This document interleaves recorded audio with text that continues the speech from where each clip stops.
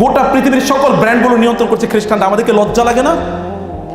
মুসলিম হিসাবে কি আপনার আত্মমর্যাদা এতটুকুও লাগে না যে গোটা পৃথিবীর সকল বড় বড় ব্র্যান্ডগুলো খ্রিস্টানরা ইহুদিরা নিয়ন্ত্রণ করছে? একটা ব্র্যান্ড কোনো আমাদের নাই, একটা ফোনের ব্র্যান্ডও তো আমাদের নাই, আছে নাকি?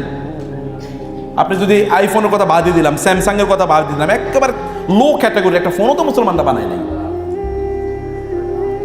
একটা কম্পিউটার আইটেম মুসলমানরা বানাইছে? এমন কি বানাইছে আপনি বলেন?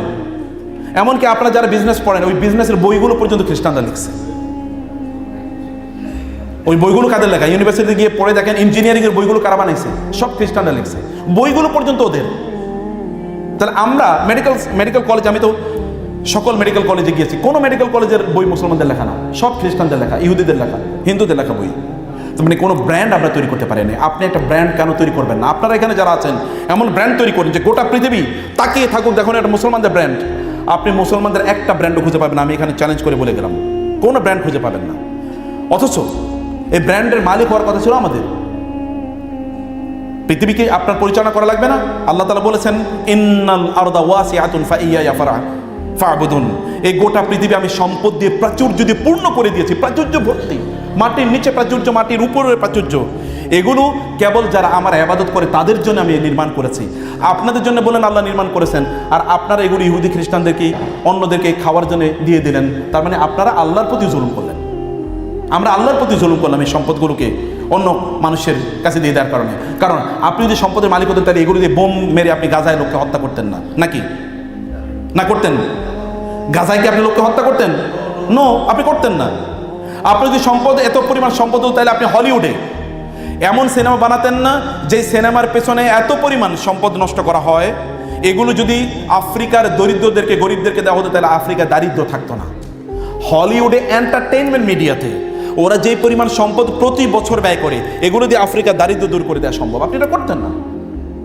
আপনি তখন সিনেমা ইনভেস্ট করতেন না, আপনি তখন কম্পিউটার গেমস এগুলো বানানোর জন্য আপনি ইনভেস্টমেন্ট করতেন। আপনি তখন মানুষের জন্য ইনভেস্টমেন্ট করতেন, মানুষের দারিদ্র দূর করার জন্য, মানুষকে আপনি কল্যাণ প্রদান করতেন। কারণ আপনার সম্পদের উপর তো 2.5% যাকাত দেওয়া ফরজ, সেটা আপনি করতেন।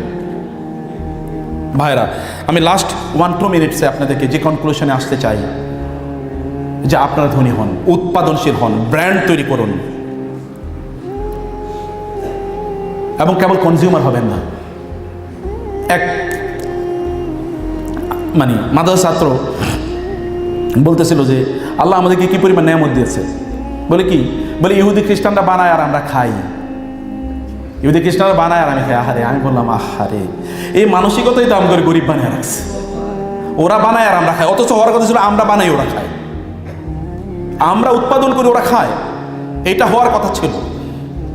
কারণ আল্লাহ তাআলা বলেছেন, কুনতুম খায়রা উম্মাতিন উখরিজাত লিন-নাস, তোমরা শ্রেষ্ঠতম জাতি, তোমাদেরকে মানুষের জন্য বানানো হয়েছে। আর এখন অবস্থা হয়েছে যে ওরা বানায় আর আমরা খাই। এবং ওরা কম্পিউটার গেমস বানাইছে, আমরা এটা দেখি, ওরা সিনেমা বানায়, আমরা বসে বসে দেখি। কি দুর্ভাগ্য এই পৃথিবীকে যদি আপনি নিয়ন্ত্রণ করতে হয়, যদি আপনি এডুকেশনে গোটা পৃথিবীকে কন্ট্রোল করতে হয়, যদি মিলিটারিলি গোটা পৃথিবীকে কন্ট্রোল করতে হয়, মুসলমানদের দিকে তাকিয়ে কেউ কথা বলতে পারবে না, এত স্পর্ধা নাই, সাহস নাই। যদি আপনি সেরকম করতে চান, এবং আপনি যদি পলিটিক্যালি যে না, আমি আমার এলাকায় আমি এরকম কোনো জুয়া খেলতে দেবো না, আমার এলাকায় সবচেয়ে বেশি সম্পদের আপনাকে অধিকারী হতে হবে, যদি তা করতে হয়, আপনি এলাকায় যদি সবচেয়ে প্রভাবশালী মানুষে পরিণত হতে চান, তাইলে আপনি আমার মতো এইরকম কেবল হইয়েন না যে আমি কেবলমাত্র বক্তৃতা দিচ্ছি কিন্তু আমার কোনো টাকা পয়সা নাই। বক্তৃতাও দেন, টাকা পয়সার মালিক হন, একজন ওমর হন, একজন আবু বকর হন, একজন ওসমান হন। আবু বকর রাদিয়াল্লাহু তাআলা আনহু বেলাল রাদিয়াল্লাহু তাআলা আনহুকে মুক্ত করেছেন, ক্রীতদাস মুক্ত করার টাকা আপনি পাবেন কই? আনহু আয়েশা রাদিয়াল্লাহু তাআলা সহ রাসূল সাল্লাল্লাহু আলাইহি ওয়াসাল্লাম বসে আছেন, এর মধ্যে ওসমান রাদিয়াল্লাহু তাআলা, আবু বকর আসছেন, রাসূল মেহমানের ভাই বসে আছেন, ওমর রাদিয়াল্লাহু তাআলা আনহু আসলেন, রাসূল আগের মতো করে বসে আছেন। এর মধ্যে যখন ওসমান আসলেন, রাসূল এবার একটু পরিপাটি হয়ে, সোজা হয়ে, কাপড়টা একটু নিচের দিকে নামিয়ে একেবারে পরিপাটি হয়ে এরকম বসে আছেন। আয়েশা রাদিয়াল্লাহু বললেন, ইয়া রাসূলুল্লাহ, আবু বকর রাদিয়াল্লাহু তাআলা আনহু আসলেন, আপনি একটু নড়াচড়া করলেন না? ওমর রাদিয়াল্লাহু তাআলা আনহু আসলেন, আপনি একটু নড়াচড়া করলেন না?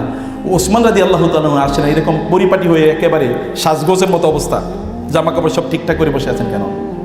তিনি বলেন, ওসমান এমন একজন মানুষ, ওসমানের দেখে ফেরেশতারা পর্যন্ত লজ্জা পায়।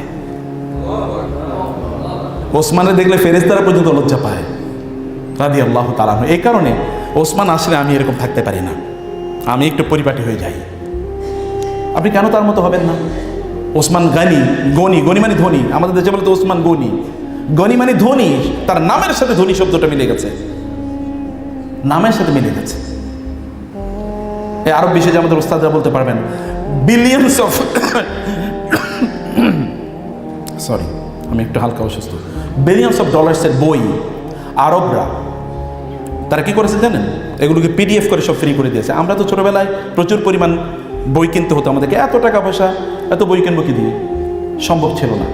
কিন্তু এখন এগুলো সব অ্যাভেলেবল। আমার একটা প্যাড আছে, আইপ্যাড, এই আইপ্যাডে ধরেন কমপক্ষে 10,000 বই আছে, কিতাব আছে। এই 10,000 কিতাব যদি কিনতাম তাহলে আমি জানি না এটা কয় কোটি টাকা লাগতো। এগুলো সব ফ্রি করে দিয়েছেন। আয়েজ আল কারনি সৌদি আরবের একজন বড় দায়ী, উনি বলেন আমি একবার এক অঞ্চলে গেলাম, একজন লোকের সাথে সাক্ষাৎ হলো আমার।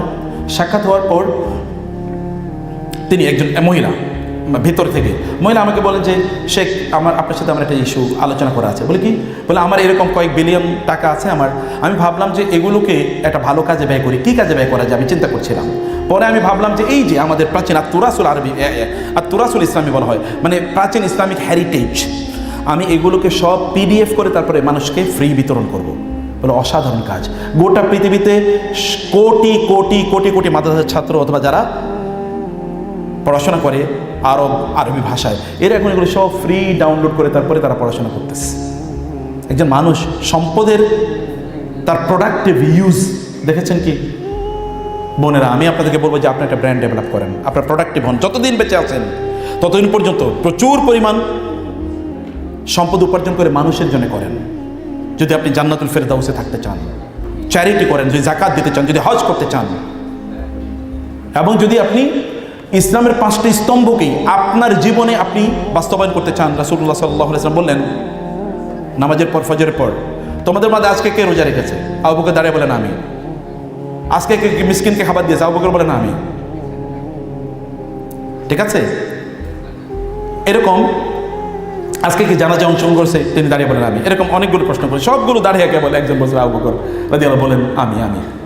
রাসূলুল্লাহ সাল্লাল্লাহু আলাইহি ওয়াসাল্লাম বললেন যে এই সবগুলো কাজ করে জান্নাত তাকে প্রত্যেকটা দরজা দিয়ে ডাকবে যে তুমি আসো আমার দিয়ে ঢুকো, তুমি আসো আমার দিয়ে ঢুকো, তুমি আমার দিয়ে ঢুকো। যে সকল দরজা তাকে বলবে একটু আপনি আমার দরজা দিয়ে ঢুকেন না, আপনি ঢুকলে আমি একটু সম্মানিত হই, মহান হই। আপনি জানেন চ্যারিটির একটা দরজা আছে, হজের দরজা আছে, এবং নাম আপনার রোজা আপনারা জানেন তো, আর রাইয়ান ইউকাল্লাহু রাইয়ান, জান্নাতে রাইয়ান নামে একটা দরজা আছে। এইরকম নামাজের দরজা আছে, জাকাতের দরজা আছে, হজের দরজা আছে। আপনি কেন সবগুলো ইবাদত করবেন না? সব দরজা আপনাকে বলবে ভাই বোন একটু আমার দিয়ে আপনি যান না, তাহলে আমি একটু সম্মানিত হই, একটু মর্যাদাবান হই। আপনি কেবল একটা নিয়ে কেন আছেন যে আমি শুধু নামাজ পড়তেছি, নামাজি মুসলমান? বাকিগুলো আপনাকে করতে হবে না? বাকিগুলো করতে হলে অবশ্যই অবশ্যই সম্পদের জন্যে কাজ করতে হবে, সম্পদ উপার্জন করেন। কিন্তু আরও পার্ট আছে সম্পদ কেবল আমি কেন করবো, that is a different discussion. আমি কেবল আপনাদেরকে বলতে চাই একটা মুহূর্ত নষ্ট করা যাবে না।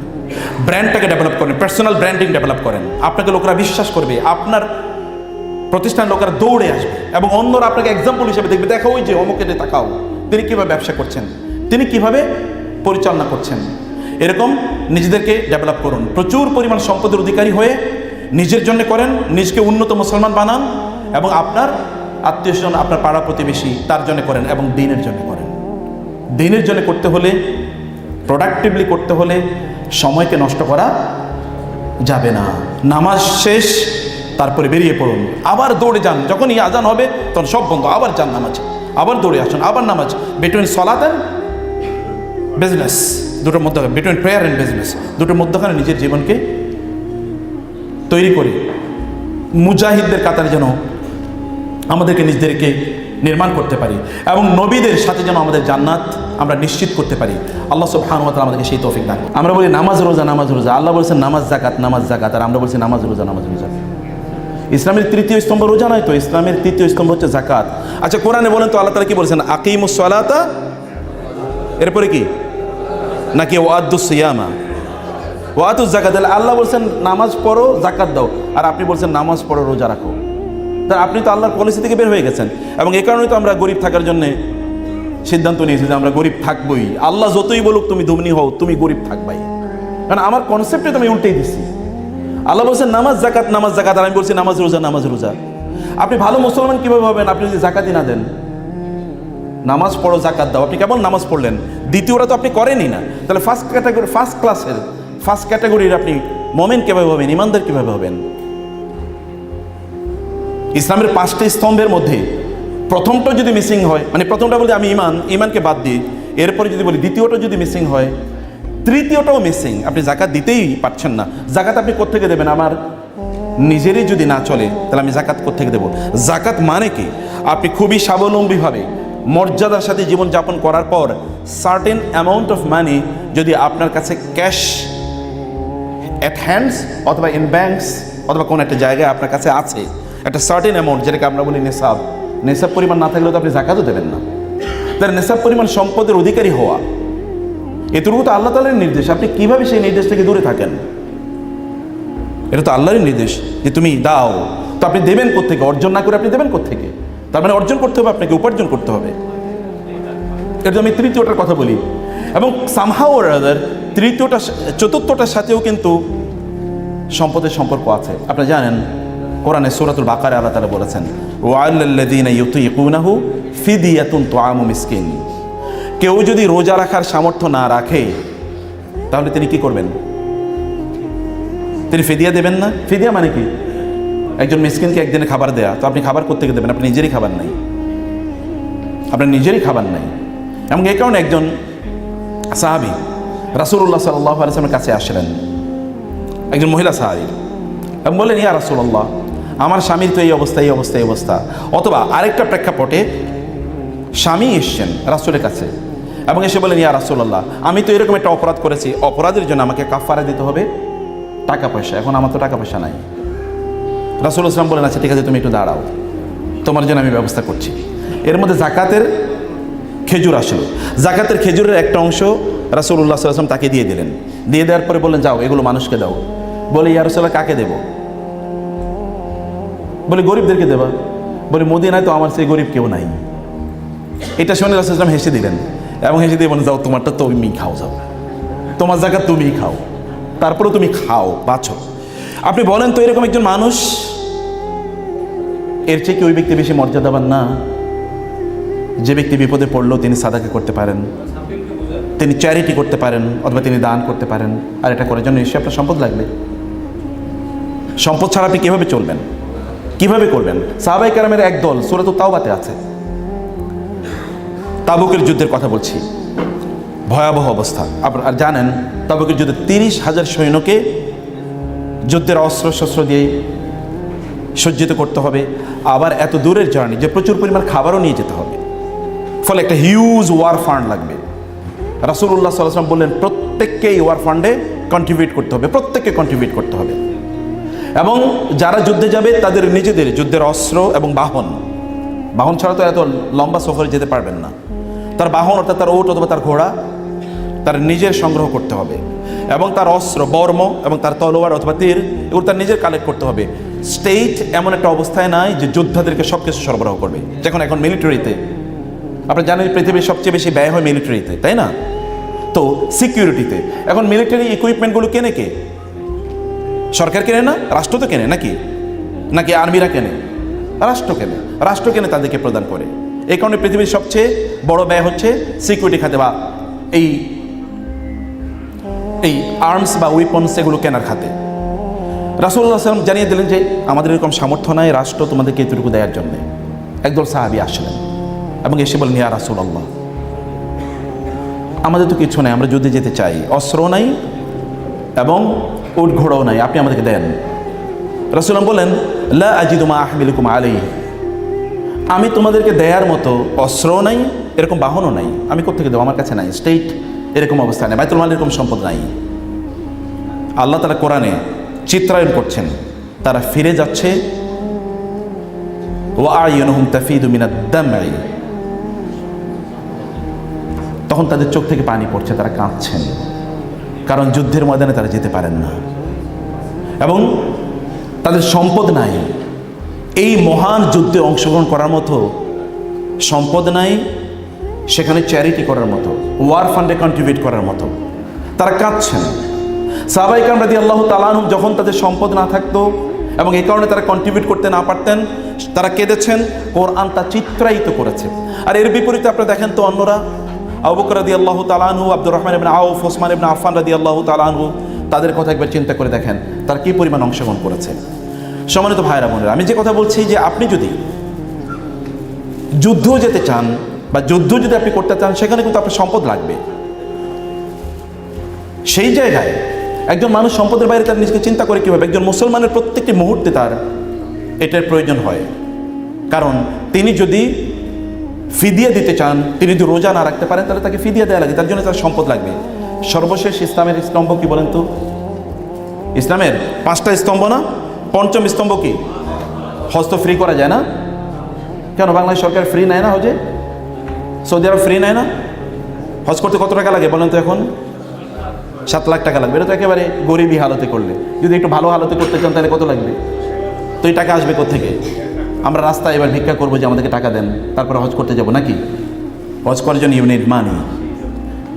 আচ্ছা, একজন মুসলিম তিনি যদি ইসলামের সরাসরি দুটো স্তম্ভ, যেটি সম্পদের সাথে সম্পৃক্ত, এটা তিনি যদি সম্পাদন না করতে পারেন, আর বাকি অন্য কেউ সরাসরি এই যে 5টি স্তম্ভ এর মধ্যে যে দুটো সরাসরি সম্পদের সাথে সম্পৃক্ত তিনি সেগুলো করছেন, তিনি আমার চেয়ে বেটার মুসলিম নাকি দুর্বল মুসলিম কি হবেন? অবভিয়াসলি আমরা যদি বাহ্যিক দৃষ্টি দেখি তিনি বেটার মুসলিম হওয়ার কথা, কারণ হজ করলে তার সকল গুনাহ আল্লাহ মাফ করে দেবেন। যাকাতের কারণে আল্লাহ সুবহানাহু ওয়া তাআলা প্রত্যেক একের জন্য আল্লাহ তাআলা তাকে 700 গুণ বাড়িয়ে দেবেন। এটা তো দুনিয়াতে, কিন্তু আখিরাতে আল্লাহ সুবহানাহু ওয়া তাআলা ওয়া মা ইনদাল্লাহি খায়রুল লিল আবরার, আল্লাহ তাআলা বলেছেন যারা দান সাদাকা করে আল্লাহ তাআলা তাদের জন্য এত কিছু ব্যবস্থা করে রেখেছেন যেটি কেবল আল্লাহ তাআলাই জানেন। এবং আপনি জানেন হাদিস শেষে রাসূল সাল্লাল্লাহু আলাইহি ওয়াসাল্লাম বলেছেন, আল মারউ ফি যিল্লি সাদাকাতিহি ইয়াউমাল কিয়ামা, কিয়ামতের দিন যখন সূর্যটি একেবারে আপনার মাথার উপরে চলে আসবে, তখন আপনার এই যাকাত অথবা সাদাকার সম্পদ এখানে এসে ছায়া হয়ে দাঁড়াবে, আমরেলা হয়ে দাঁড়াবে। তখন আমরেলা হয়ে দাঁড়াবে। আল্লাহ সুবহানাহু ওয়া তাআলা মানুষের অন্তরের অবস্থা জানেন, ইবাদত কার কবুল হবে হবে না সেটা আল্লাহ তাআলাই ভালো করে জানেন। কিন্তু আপনাকে তো ইবাদত করতে হবে, তারপরেই তো মূল্যায়ন। ইবাদত যদি আমরা না করি তাহলে মূল্যায়ন পাবে কোত্থেকে? প্রিয় ভাইয়েরা বোনেরা, আমাদের জন্য কি এতটুকুই যথেষ্ট নয় যে ইসলামের 5টা স্তম্ভের মধ্যে 2টো স্তম্ভ সরাসরি সম্পদের সাথে সম্পৃক্ত? আমাদের জন্য কি এতটুকু যথেষ্ট নয়? ইসলাম যেখানে এসছে সেটা কিন্তু একটা ব্যবসায়িক সিটি। আপনি জানেন ওয়ার্ল্ড ট্রেড সেন্টার, জানেন কি না? মক্কা কিন্তু ওয়ার্ল্ড ট্রেড সেন্টার, জানেন কি না এটা? আচ্ছা, এখনকার কথা আমি বাদ দিই, এর আগে বলেন মক্কা লোকেরা কেন আসতো? মক্কা লোকেরা আসতো কেন? হজ করার জন্য। আচ্ছা, হজের সময় কি হয়? বিভিন্ন দেশের লোকজন সেখানে যায়। আমি ইসলামের এই সময়ের কথা বলছি না, আমি সেই জাহিলি যুগের কথা বলছি। জাহিলি যুগেও কিন্তু মক্কা ছিল ওয়ার্ল্ড ট্রেড সেন্টার, গোটা পৃথিবীর ব্যবসায়িক কেন্দ্রবিন্দু। এবং কোরআনে আল্লাহ সুবহানাহু ওয়া তাআলা সূরাতুন নাহলে বলেছেন, ওয়াদারাবাল্লাহু মাসালান কারিয়াতান আমিনাতান মুতমাইন্নাতান ইয়াতিহা রিজকুহা রাগাদান মিন কুল্লি মাকানিন, যে আল্লাহ তাআলা তোমাদেরকে এমন একটি গ্রাম, এমন একটি জনপদের উদাহরণ দিচ্ছেন যে জনপদটি নিরাপদ এবং এটি সমৃদ্ধ, এটি প্রশান্ত। কারণ সব জায়গা থেকে এখানে অর্থনীতি আসে, টাকা পয়সা সব জায়গা থেকে এখানে অর্থ আসে। আমরা যদি এখন হজ করতে যাই, পৃথিবীর এমন কোনো দেশ নাই যেখান থেকে লোকেরা হজ করতে যায় না। যখন হজরা করতে লোকেরা যায় তখন সেখানে ইকোনমিক ভাইব্রেশনটা কেমন হয় বলেন তো? কী পরিমাণ ইকোনমিক ভাইব্রেশন হয়। যারা যায় তারা তো ধরুন সেখানে গিয়ে তারা হোটেলে থাকে, তারা সেখানে খাওয়া দাওয়া করে এবং সেখান থেকে তারা কিছু গিফট বা হাদিয়া তারা কেনা কাটা করে। অর্থ যত প্রবাহ হয়, আপনারা জানেন ইকোনমিতে বলা হয় অর্থ যত প্রবাহ হবে তত কি সমৃদ্ধি বাড়বে। অর্থ যদি কোথাও স্ট্যাগনেট অবস্থায় থাকে তাহলে তো এটা অর্থনীতিকে দুর্বল করে দেবে। অথবা অর্থ প্রবাহ হতে হয়, মার্কেট ইকোনমি, মার্কেটে যেতে হয় টাকা পয়সা। মক্কা এমন একটা জায়গা তৈরি হয়েছে যেখানে আপনার প্রচুর পরিমাণ সম্পদের প্রবাহ প্রত্যেকটি মুহূর্তে হতে পারে এবং আপনার নবী ওইখানে জন্ম নিয়েছেন। আচ্ছা, আমাদের জন্য কি এতটুকুই যথেষ্ট নয়? নবী তিনি ব্যবসায়ী ছিলেন। আমাদের জন্য কি এতটুকুই যথেষ্ট নয়? যেখানে 1 রাকাত নামাজ আদায় করলে 1 লক্ষ রাকাতের সওয়াব পাওয়া যায়, সেই জায়গাটি মক্কা পৃথিবীর সবচেয়ে বড় অর্থনীতির কেন্দ্র। এবং কোরআনে আল্লাহ সুবহানাহু ওয়া তাআলা কুরাইশদেরকে খোঁটাও দিয়েছেন এই কথা বলে, রেহলাতা শিতাই ওয়াস সাইফ ফালিয়াবুদু রাব্ব হাযাল বাইতিল্লাযী আত'আমাহুম মিন জু'। তোমরা তো না খেয়ে মারা যাওয়ার কথা ছিল, কারণ মক্কায় কোনো উৎপাদন নাই, এখানে কোনো কি এগ্রিকালচারাল ল্যান্ড নাই, এখানে কোনো ইন্ডাস্ট্রি নাই, এখানে এমনকি কোনো ওয়াটার নাই। কারণ ওয়াটার ছাড়া আপনি কীভাবে উৎপাদন করবেন? ওয়াটার তো নাই, এখানে পানি নাই তো। আল্লাহ তাআলা বললেন, তোমরা তো না খেয়ে মারা যাওয়ার কথা ছিল, কিন্তু আমি যে তোমাদেরকে খাদ্য দিয়েছি, আমি যে তোমাদের জন্য রেহলাতে শীতাই ও সৈফ, তোমরা বছরে দুটো বিজনেস ট্রিপ করো, একটা শীতকালে একটা কি গ্রীষ্মকালে, একটা যাও সিরিয়ার দিকে, একটা যাও ইয়েমেনের দিকে। এই যে তোমাদের ইকোনমিক ভাইব্রেশন, এই যে সারা পৃথিবী থেকে লোকেরা এখানে আসে এবং তারা তাদের বিভিন্ন dollar in their local currencies অথবা সেন্ট্রাল কারেন্সি অথবা তোমাদের দেশের টাকা তারা কিনে নিয়ে এসে এখানে তারা বিভিন্নভাবে তোমাদেরকে কন্ট্রিবিউট করে তোমাদের ইকোনমিতে। এই কারণেই তো কৃতজ্ঞ হয়ে ফালিয়াবুদু রব্বা হাযাল বাইত, এই ঘরের রবের তোমাদের ইবাদত করা দরকার, কারণ এই ঘরের কারণেই সারা পৃথিবীর লোকেরা এখানে কি হয়, একত্রিত হয়। এতটুকুকে আমাদের জন্য যথেষ্ট নয় যে আমাদের সম্পদের দিকে আমাদের হাত বাড়িয়ে দেওয়া দরকার। এবং রাসূলুল্লাহ সাল্লাল্লাহু আলাইহি ওয়াসাল্লাম তিনি ব্যবসা করেছেন, আপনি জানেন তো নাকি? তিনি ব্যবসা করেছেন না? তিনি 12 বছর যখন তার বয়স, তখন তার চাচার সাথে তিনি ব্যবসা করেছেন। এমনকি আমাদের বোনেরা এখানে জানেন, খাদিজা রাদিয়াল্লাহু তাআলা আনহা রাসূলুল্লাহ সাল্লাল্লাহু আলাইহি ওয়াসাল্লামকে বিয়ে কেন করলেন বলেন তো? কেন বিয়ে করেছেন? কারণ খাদিজা রাদিয়াল্লাহু তাআলা আনহার বিজনেস পার্টনার, যেটাকে আপনারা মুদারাবা বলেন, বিজনেস পার্টনার অথবা বিজনেস ম্যানেজার হিসেবে তিনি গিয়েছিলেন সিরিয়াতে। সিরিয়াতে গিয়ে তিনি অসাধারণ ব্যবসা করলেন। ব্যবসা তো আপনাকে বুঝতে হবে কোন পণ্যটা আপনি কিনবেন এবং কোন পণ্যটা আপনি বিক্রি করবেন। এটা না বুঝলে তো এই কারণে বলা হয় যে কেনার সময় যদি না জেতা যায়, তাহলে কি বেচার সময় কোনোদিন জেতা যাবে? No, never. তিনি কেনার সময় জিতেছেন, কারণ তিনি ওইখানে গিয়ে কেবল বিক্রি করেন নাই, ওইখান থেকে তিনি পণ্য কিনে নিয়ে এসেছেন যেটা মক্কার এই হাটে বাজারে তিনি বিক্রি করতে পারবেন। এবং খাদিজা রাদিয়াল্লাহু তাআলা আনহার তার পিএস ছিল, তার নাম ছিল মাইসারা।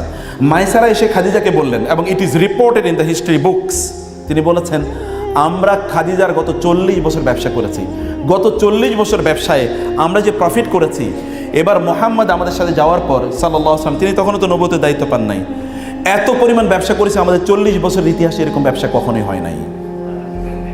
ব্যবসার ক্ষেত্রে অ্যাকিউমেন, ব্যবসার ক্ষেত্রে এক্সপেরিয়েন্স অথবা সফলতা, এটা বিশাল বড় একটা মানদণ্ড। এবং আপনি জানেন খাদিজা রাদিয়াল্লাহু তাআলা আনহা তিনি কিন্তু মক্কার সবচেয়ে ধনী নারী এবং সবচেয়ে সুন্দরী, সবচেয়ে নোবেল ফ্যামিলির নারী। মক্কার সকল নোবেল লোকেরা তাকে বিয়ে করার প্রস্তাব দিয়েছে, তিনি কাউকে বিয়ে করেন নাই। তার এত সম্পদ, এমনি আভিজাত্য, অতএব তার প্যারালেল তিনি তাকে খুঁজে পান নাই। এর মধ্যে যখন মুহাম্মাদের ব্যাপারে, ইয়াং মুহাম্মাদের ব্যাপারে তারই পার্সোনাল সেক্রেটারি এসে এরকম প্রফিউজলি তার ব্যাপারে অ্যাপ্রেজ করলেন, তার সম্মান এবং মর্যাদা অথবা তার ব্যাপারে প্রশংসা করলেন, খাদিজা তার প্রতি দুর্বল হয়ে গেলেন। এবং খাদিজা তার নিজের কাজিন অথবা তার বোন, তার নাম ছিল হালা, তাকে ডাকলেন এবং ডেকে বলেন, তুমি একটু যাও তো আমার পক্ষ থেকে, একটু মোহাম্মদের বলো আমি তাকে বিয়ে করতে চাই। আমি কি করতে চাই? তাকে বিয়ে করতে চাই। সাল্লাল্লাহু আলাইহি ওয়াসাল্লাম। একজন নারী, নারীরা কিন্তু সাধারণত অ্যাপ্রোচ করে না, পুরুষরা অ্যাপ্রোচ করে। আর উনি কিন্তু সাধারণ নারী না, উনি মক্কার সবচেয়ে সম্ভ্রান্ত নভেলিস্ট ওমেন এবং রিচেস্ট ওমেন। তাকে সবাই বিয়ে করে যেন উদ্গ্রীব। এবার তিনি আরেকজনের কাছে প্রস্তাব পাঠাচ্ছেন, আমি তাকে বিয়ে করতে চাই। What was the reason? His business integrity, সম্পদ উপার্জনের জন্যে তার যে দক্ষতা যোগ্যতা, এই দক্ষতা যোগ্যতাই খাদিজা রাদিয়াল্লাহু তাআলা আনহাকে তার প্রতি আন্তরিক করে তুলেছে এবং বিয়ে হয়েছেন। আচ্ছা, এরপরে কি হয়েছে বলুন তো? খাদিজা রাদিয়াল্লাহু তাআলা তাকে বিয়ে করার পর এতদিন খাদিজা তার নিজের, তিনি কিন্তু তার বাবার কাছ থেকে সম্পদ পেয়েছেন। তার বাবা খুয়াইলিদ, তিনি ছিলেন অনেক বড় ব্যবসায়ী এবং এই ব্যবসাটাকে তিনি সফলতা দিয়ে, আমাদের বোনদের কথা বলছি, আপনি কেন খাদিজা হবেন না? আপনি কেন খাদিজা হবেন না রাদিয়াল্লাহু তাআলা আনহা? কেন খাদিজার মতো সম্পদের মালিক হবেন না? রাসূলুল্লাহ সাল্লাল্লাহু আলাইহি ওয়াসাল্লাম যখন খাদিজাকে বিয়ে করেন, এখনও তিনি নবুয়তের দায়িত্ব প্রাপ্ত হননি। খাদিজা বললেন, আপনি তো সম্পদ খুব ভালো ম্যানেজ করতে পারেন, এবার সব পুরোটা আপনি নিয়ে যান, আপনার মতো করে আপনি ম্যানেজ করেন। নবুয়তের আগ পর্যন্ত তিনি কিন্তু ব্যবসা করেছেন এবং এই সম্পদগুলো তিনি আরও এগুলোকে বাড়িয়েছেন এবং সমাজের এমন কোনো কাজ নাই যে কাজে এটা তিনি লাগান নাই। আপনি জানেন সেই বিখ্যাত হাদিসটি, যখন তিনি নবুয়ত প্রাপ্ত হলেন, হেরা গুহা থেকে যখন তিনি ফিরে আসেন এবং তিনি বললেন তার স্ত্রীকে, জাম্মিলুনি, আমি খুব জ্বর ফিল করতেছি, কারণ আমি ভয় পেয়েছি, আমাকে একটু চাদর বা কম্বল এটা দিয়ে একটু আমাকে ঢেকে দাও তো। তিনি ঢেকে দিলেন, বলেন, প্রিয় স্বামী কী হয়েছে আপনার?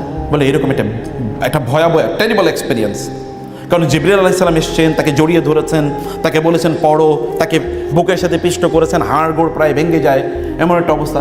ইট was so terrible an experience. তিনি বলেন, আমি এরকম ভয় পেয়েছি, আমি কি ভূতে ধরলো, আমি কি পাগল হয়ে গেলাম? খাদিজা কি বলেছেন জানেন? না, কাল্লা আল্লাহি, অসম্ভব, নো নেভার, লা ইউযিক আল্লাহু আবাদা, আল্লাহ তাআলা আপনাকে কখনোই লাঞ্ছিত করবেন না। কারণ কি? ইন্নাকা লা তাসিলুর রাহিমা ওয়া তাহমিলুল কাল্লা ওয়া তাকসিবুল মা'দুমা ওয়া তুঈনু আলা নাওয়াইবিল হক।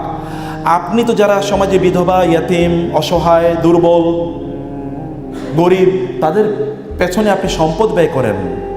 আপনি যখন আয় ইনকাম করেন মনে হচ্ছে যেন আপনি গরিবদের জন্য আয় করেন, আপনি তাদের জন্য অকাতরে বিলিয়ে দেন। কেউ বিপদে পড়েছে আপনি সেখানে গিয়ে সাদাকা করেন, কেউ অসুস্থ আপনি তার অসুস্থতার তার চিকিৎসার জন্য আপনি অর্থ ব্যয় করেন।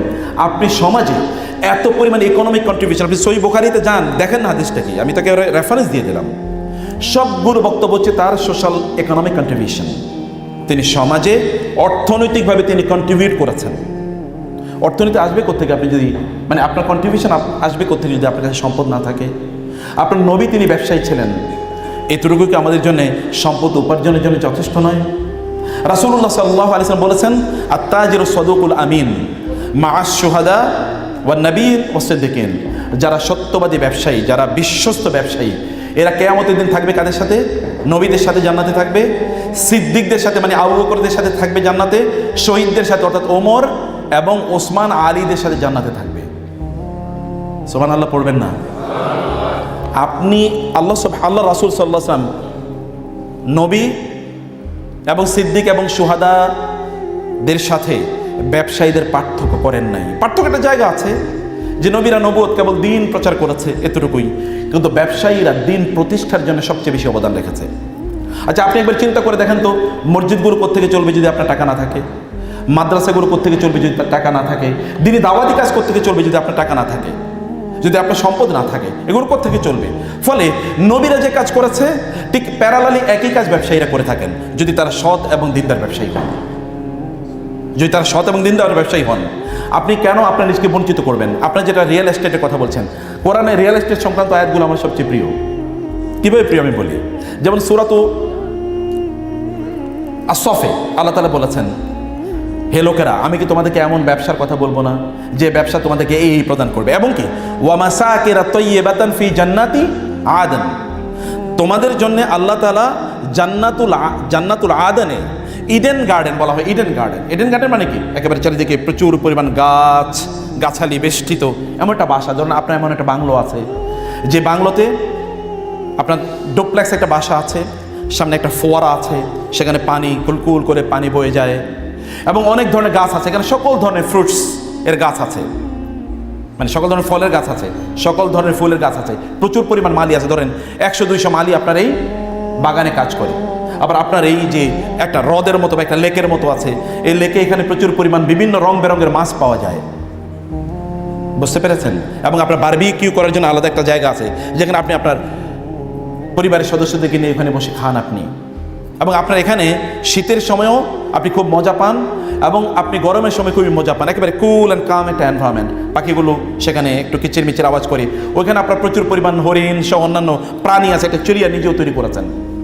এবং আপনার বাসাটা এত অসাধারণ যে ওইখানে গেলেই আপনার শান্তি এবং প্রশান্তিতে আপনার চোখ জুড়িয়ে যায়, আপনি তাকালেই আপনার চোখ ভরে যায়, আপনার আনন্দ লাগে। ওইখানে গেলে আপনি প্রচণ্ড চারিদিকে খুবই অস্থিরতার মধ্যে আছে, কিন্তু আপনি ঘরের মধ্যে ঢোকার পরে প্রশান্তি, মনে হচ্ছে যে রাজ্যের শান্তি এসে আপনাকে কি ভরে দিয়েছে। এরকম একটা ঘর যদি আপনার থাকে কেমন হবে? এরকম একটা ঘরের চিত্র কিন্তু আল্লাহ তাআলা জান্নাতে বলেছেন। আর দুনিয়াতে কি এরকম ঘর বানানো যায় না? যায় কি না? আপনি চাইলে কি 1 বিঘার উপর একটা আপনার নিজের বাড়ি বানাতে পারেন না? পারেন কি না? তো আপনি তো জান্নাতি বাড়ি দুনিয়াতেও বানাতে পারেন। এটা তো আল্লাহ সুবহানাহু ওয়া তাআলা আল্লাহ তো এটাকে নেগেট করেন নাই, ডিনাই করেন না, ডিসগ্রেস করেন নাই, ডিসডেইন করেন না। আল্লাহ তাআলা এটাকে ঘৃণাও করেন নাই, এবং এটা আপনাকে ডিসকারেজও করেন, এবারে এনকারেজ করেছেন। এবং আপনি জানেন, একজন ব্যক্তি রাসূলুল্লাহ সাল্লাল্লাহু আলাইহি ওয়াসাল্লামের কাছে আসলেন এবং বললেন যে এই অবস্থা। রাসূল বলেন, ইযান আনতা মালিকুন, তুমি তো রাজা, সম্রাট। বলে কি? যেই ব্যক্তির কি আছে, একজন সুন্দরী দিনদারি একজন স্ত্রী আছে বা একজন স্বামী আছে, বোনদের জন্য বলছি, এবং তার কি আছে? আল বাইতুল ওয়াসি, তার একটা ভালোবাসা আছে, যেখানে তার পরিবারের সকল সদস্যদেরকে নিয়ে তিনি থাকতে পারেন। তার মাকে নিয়ে, তার মায়ের জন্য একটা কি, এটা মাদার্স রুম, যেমন কিচেন আছে আপনার, অথবা কি একটা কিডস রুম অথবা চিলড্রেন্স রুম, যেমন মাস্টার বেড, তাহলে এটা কি আপনার প্যারেন্টস বেড, মানে বাবার জন্য একটা আলাদা রুম, মায়ের জন্য একটা আলাদা রুম, ভাই বোনদের জন্য আলাদা রুম, গেস্টদের জন্য আলাদা রুম। এরকম একটা যদি বাসা আপনার থাকে তাহলে কি অসাধারণ হতে পারে। আপনি প্রচুর লোককে এন্টারটেইন করতে পারবেন, আপনার ভালো লাগবে। আমার মায়ের জন্য কিন্তু আমার আলাদা একটা রুম রেখেছে, আমার মায়ের সেই রুমে থাকেন, আমার বাবার জন্য আমি আলাদা একটা রুম রেখেছি, এটা আমার বাবা থাকেন, আমি এটা অন্য কাউকে এনে ঢুকতে দিই না। এটা কেমন হতে পারে? ওয়াও টাইপের হতে পারে না? এটা থেকে আপনি আপনার নিজেকে কেন বঞ্চিত করবেন? এটা তো আল্লাহ হারাম করে দেন নাই, এটা আল্লাহ সুবহানাহু ওয়া তাআলা আপনার জন্য হালাল করে দিয়েছেন। জান্নাতের যখন ওই রকম বিবরণ আল্লাহ তাআলা দেন, তখন আল্লাহ সুবহানাহু ওয়া তাআলা বলেন তুমি পারলে দুনিয়াটা এরকম তৈরি করো, এরকমভাবে তুমি বানাও দুনিয়াকে। এবং এটা যদি রিয়েল এস্টেট, ওটা যদি প্রাইম হয়, যেমন সমুদ্র সৈকতের পাশে আপনার একটা ডুপ্লেক্স আছে, খুব অসাধারণ। আপনার যখনই মন খারাপ হয় তখন ওইখানে গিয়ে আপনি থাকেন। আবু বকরের অবস্থাটা কি রাদিয়াল্লাহু তাআলা আনহু? গোটা মুসলিম উম্মার সকল ইবাদত যদি একটা দাড়ি পাল্লায় দেওয়া হয়, আবু বকরের ইবাদত যদি আরেকটা দাড়ি পাল্লায় দেওয়া হয়, কার ইবাদত বেশি বাড়বে বলেন তো? দাড়ি পাল্লা কারটা বেশি ওজন হবে? আবু বকরের। তো কি কারণটা কি? কারণটা কি? ওমর রাদিয়াল্লাহু তাআলা আনহু এবং আবু বকরের সাথে একবার কি নিয়ে একটু কথা কাটাকাটি হয়েছে, দুজন তো খুব ক্লোজ ফ্রেন্ড। এর মধ্যে আবু বকর রাদিয়াল্লাহু তাআলা ওমরকে কিছু একটা বলেছেন, এতে ওমরের মন খারাপ হয়ে গেছে। এরপর আবু বকর রাদিয়াল্লাহু তাআলা আনহু একটু মাফ চাইলেন ওমরের কাছে, কিন্তু ওমর চুপ করে থাকলেন। তার মানে মনে একটু কষ্ট লাগছে, কিচ্ছু বলেন নাই, কিচ্ছু তিনি বলেন নাই। এবার আবু বকর রাদিয়াল্লাহু তাআলা আনহু রাসূলের কাছে আসলেন। ওমরও বুঝলেন তার সাথে যাই, নিশ্চয়ই আজকে কিছু আবার আমার বিরুদ্ধে অভিযোগ দেয় কিনা দেখি। যাওয়ার পরে আবু বকর রাদিয়াল্লাহু তাআলা আনহু বললেন, ইয়া রাসূলুল্লাহ, আমি ওমরের একটা কটু কথা বলেছি, কথা কাটাকাটির ফাঁকে আমি একটা কটু কথা বলেছি। বলার পর আমি তার কাছে মাফ চেয়েছি, কিন্তু তিনি কোনো কথা বলেন, তার মানে উনি আমাকে মাফ করেন নাই, তার মানে উনি আমাকে মাফ করেন নাই। এই কথা যখন শুনলেন রাসূল সাল্লাল্লাহু আলাইহি ওয়াসাল্লাম তখন একটু রাগ হয়ে গেলেন, এবং তিনি রাগ হলে তার চেহারাটা একটু লাল হয়ে যেত, আপনারা জানেন। কথা এক্সপ্রেশনে বোঝা যেত, কিন্তু চেহারা একটু লাল হয়ে যেত। তিনি এবার বললেন একটা খুতবার মতো করে, ইয়া মাশারাল মুসলিমিন, হে লোকেরা এদিকে আসো, তোমাদের কি হলো? তোমরা আবু বকরের কেন কষ্ট দাও? আল্লাহর কসম, এই পৃথিবীতে যারা আমার জন্য, আমার দিনের জন্য কিছু করেছে, আমি তাদের প্রত্যেককে তার প্রতিদান দেওয়ার চেষ্টা করেছি, কিন্তু একজন মানুষ রয়ে গেছে যার প্রতিদান আমার পক্ষে দেওয়া সম্ভব না। তিনি হচ্ছেন আবু বকর রাদিয়াল্লাহু তাআলা। এবং তিনি বলেছেন, তোমরা জানো যখন মানুষরা আমাকে অস্বীকার করেছে, আমাকে কেউ সাহায্য করে নাই, তখন আবু বকর তার সম্পদ দিয়ে, তার জীবন দিয়ে আমাকে সাহায্য করেছে। আল্লাহর কসম, আবু বকরের সম্পদ আমার এই দিন প্রচারের জন্য যত কাজে লেগেছে, আর কোনো কিছু এত কাজে লাগে নাই। ওমর রাদিয়াল্লাহু বলেন, ইয়া রাসূলুল্লাহ, আপনি আমাকে ক্ষমা করে দিন। আল্লাহর কসম, যখন আবু বকর আমাকে বলেছিলেন যে ওমর আমাকে ক্ষমা করে দাও, তখন আমি বলছিলাম, হে আল্লাহ, আমি মনে মনে বলছিলাম, আল্লাহ, আমি নিজেও আবু বকরকে ক্ষমা করে দিলাম, তুমিও আবু বকরকে ক্ষমা করে দাও। প্রিয় ভাইরা, বোনেরা, আমি যদি কেবল আবু বকরের কথা বলি তাহলে এটা অন্যায় হবে। রাদিয়াল্লাহু তাআলা আনহু ইসলাম প্রচার এবং প্রতিষ্ঠায় দুজন মানুষের অবদান সবার চেয়ে বেশি। একজনকে বলেন তো? আবু বকর রাদিয়াল্লাহু। আরেকজনের নাম জানেন আপনারা? তিনি কি? খাদিজাতুল কুবরা রাদিয়াল্লাহু তাআলা আনহা। কি দিয়ে? এগেইন রাসূলুল্লাহ সাল্লাল্লাহু আলাইহি ওয়াসাল্লামের ইন্তেকালের পর, খাদিজাতুল কুবরা রাদিয়াল্লাহু তাআলা আনহা এর ইন্তেকালের পর রাসূলুল্লাহ সাল্লাল্লাহু আলাইহি ওয়াসাল্লাম কথায় কথায় কেবল খাদিজার কথা বলতেন, কথায় কথায় খাদিজা বলতেন। এমনকি যদি তিনি কোনো বকরি জবাই করতেন, তাহলে বকরির সবচেয়ে গুরুত্বপূর্ণ একটা অংশ বলতেন, যাও এটা খাদিজার বোনকে দিয়ে আসো, এটা খাদিজার বান্ধবীকে দিয়ে আসো।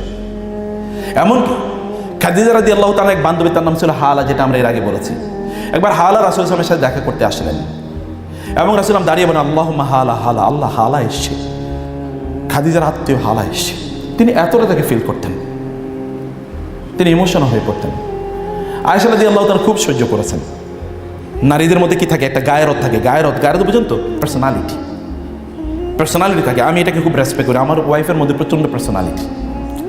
এই যে মহিলারা, যে পুরুষরা যারা আছেন, নারীরা যদি একটু কখনো খেকিয়ে উঠে, তাহলে বুঝবেন তার পার্সোনালিটির কারণে এটা রেসপেক্ট করবেন।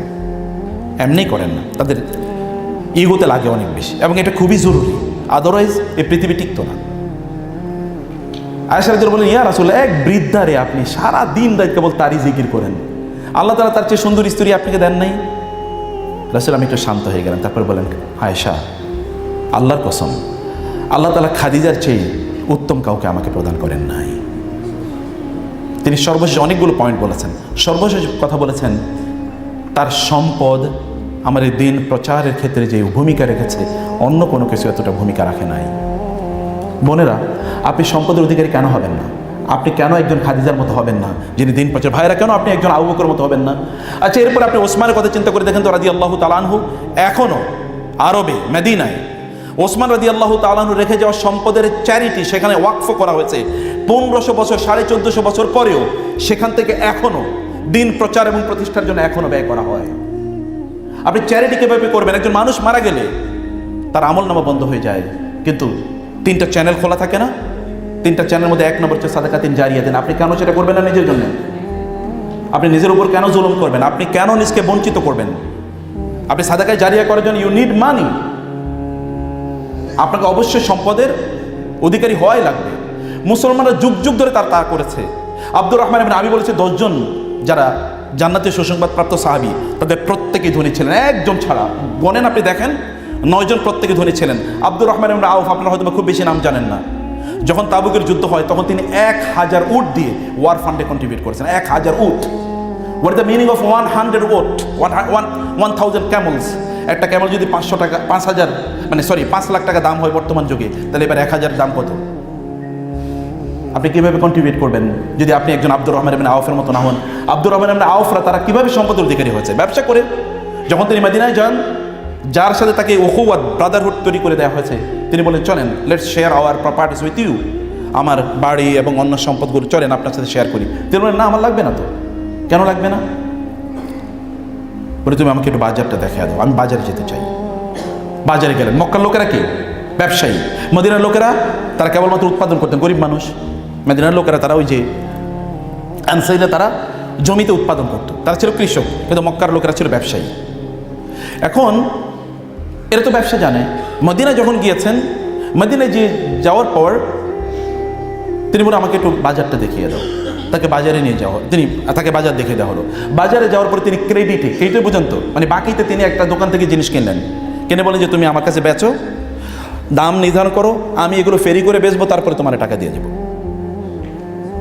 তিনি এটা নিলেন, নিয়ে তারপরে ফেরি করে, কারণ আপনি তো জানেন আপনি তো দোকানে খুঁজবেন না, আপনি যদি রাস্তায় আপনার কাছে পেয়ে যান তাহলে আপনি কিনবেনই। তিনি ফেরি করে বিক্রি করলেন, ফেরি করে বিক্রি করে 10 দিরহাম লাভ করছেন। এই যে শুরু, এরপরে তিনি মদিনার সবচেয়ে ধনী ব্যবসায়ীতে পরিণত হয়েছেন। You can do it. Allah has given you this equipment. Allah তাআলা আপনাকে এই যোগ্যতা মর্যাদা আল্লাহ তাআলা আপনাকে দিয়েছেন, শুধু আপনাকে সেটা ব্যবহার করা লাগবে।